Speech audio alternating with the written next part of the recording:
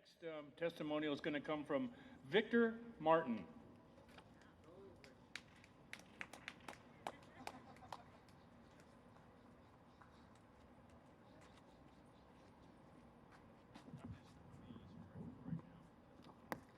Thank you. My name is Vic Martin. I'm a Navy veteran. I served as a mineman. I worked with underwater explosives.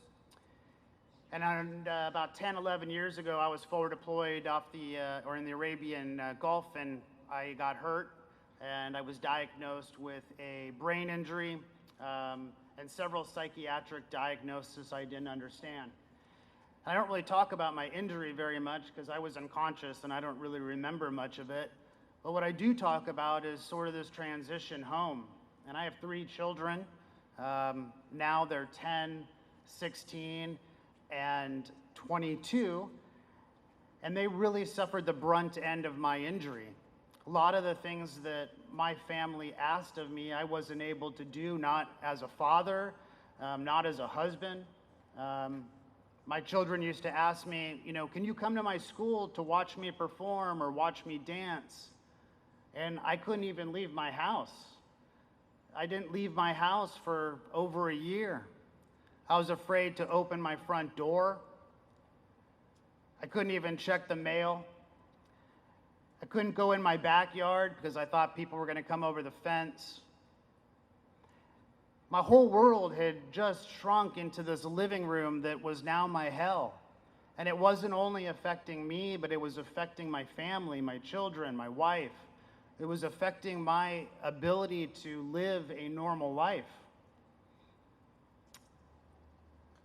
After seeing my daughter's face after so many incidences of rage, I finally decided that this was best for me to let them live a life that was more normal.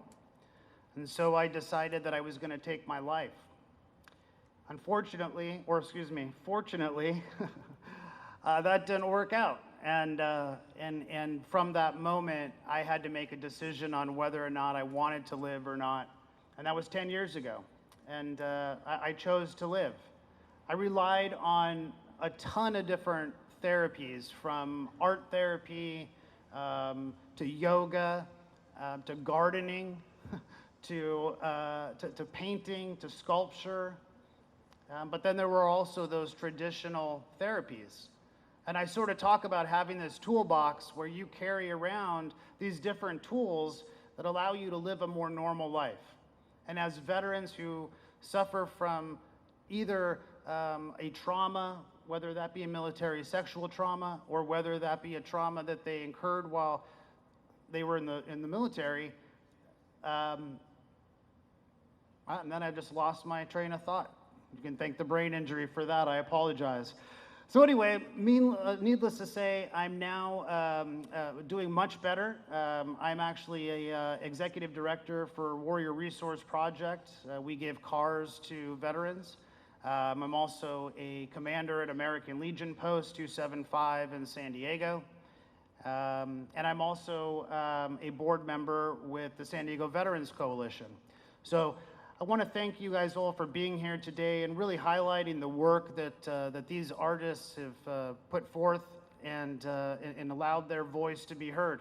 So thank you for being here. Thank you for supporting them, and thank you for letting me share my story.